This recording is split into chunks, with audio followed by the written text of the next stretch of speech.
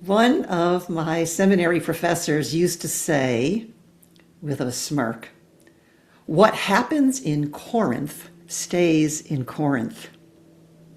He was humorously comparing ancient Corinth to modern-day Las Vegas, a place known for excess, self-indulgence, and a lifestyle unconcerned with consequences.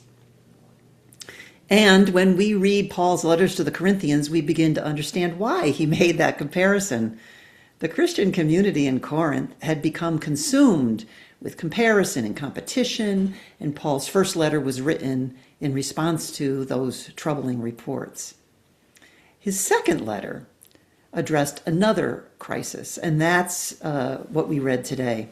False apostles had arrived in Corinth preaching a different gospel, and Paul opposed them vigorously. And much of the letter is corrective and urgent. Yet remarkably, after all the rebukes and the warnings, Paul concludes with an appeal to something beautiful: order, mutual agreement, and peace. And that's what we heard in today's reading from 2 Corinthians. Paul points to qualities that should characterize every Christian community: rejoicing, restoration, encouragement, unity, and peace. These are not merely human virtues. They are reflections of God. They are qualities already present within the mystery which Christianity calls the Trinity.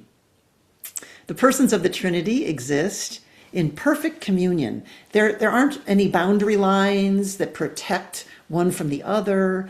They don't protect status or privilege. Love has totally dissolved all boundaries. And this, Paul suggests, is precisely the goal toward which the church is called.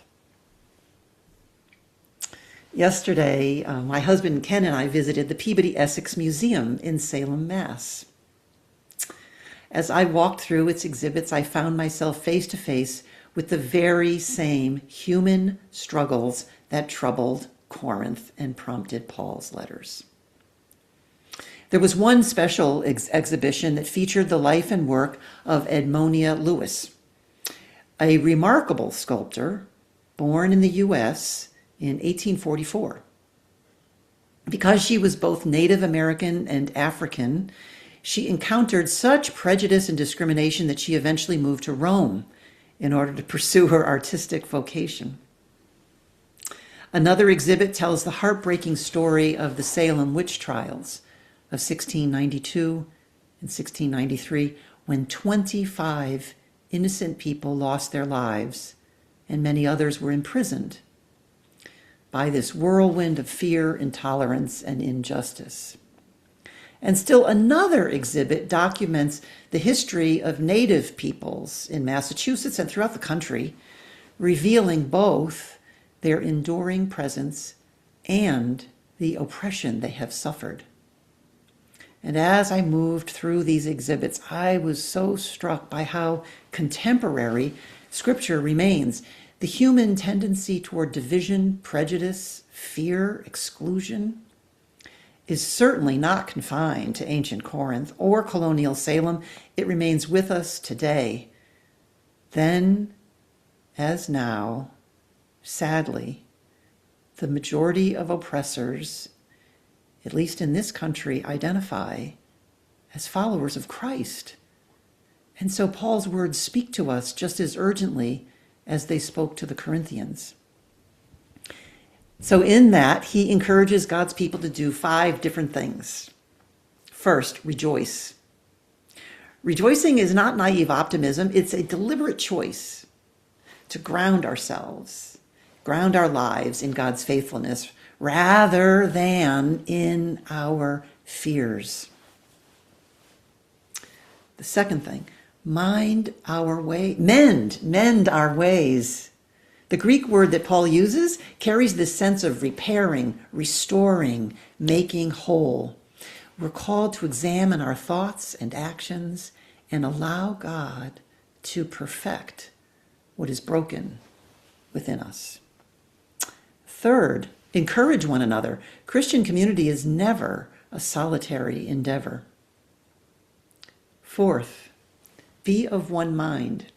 So this doesn't require uniformity of opinion. Rather, it calls us to hold one another in regard, to seek a common purpose, and to set our minds upon a common good. And fifth, live in peace. There's one commentator who observed that before there can be consolation, people must forsake biases that divide them. Peace is not simply the absence of conflict, it's the fruit of transformed hearts. And the gospel reading from John deepens this vision. Jesus prays that the love shared between himself and the Creator might live within the disciples and the world. And he prays that this divine, multifaceted love will complete its work in them and eventually grow them into a cosmos of love. The love of God is never meant to remain enclosed. It expands outward and outward. It heals divisions. It welcomes strangers. It creates communion where there was once separation. That reading from Exodus then provides some language that helps us invite God to come along into our company, to pardon, to receive, and own us. And then there's today's psalm, which is taken from the book of Daniel. And it is a song of praise that's offered after Shadrach, Meshach, and Abednego were delivered from the fiery furnace. Their Hebrew names embody these reminders of God's threefold presence. Hananiah means God is gracious. Mishael means who is like God. And Azariah means God has helped. God's graciousness, the one who is like God, and the help, who is helped by God. Their story is a testimony that God remains present amid persecution, injustice, and suffering. The God who is gracious, incomparable, and ever helpful accompanies God's people through the fire. And so on this Trinity Sunday, we worship this multifaceted triune God, the God whose very being is love, communion, self-giving relationship. And as those who have been drawn into that divine life, we commit ourselves anew to reflect that love in the world. And we pledge to rejoice, repair, encourage, and strengthen one another, to live mindfully and cultivate peace. For when we do these things, we become a divine living reflection of the God who is all these things and more, a community shaped by the boundless love of God.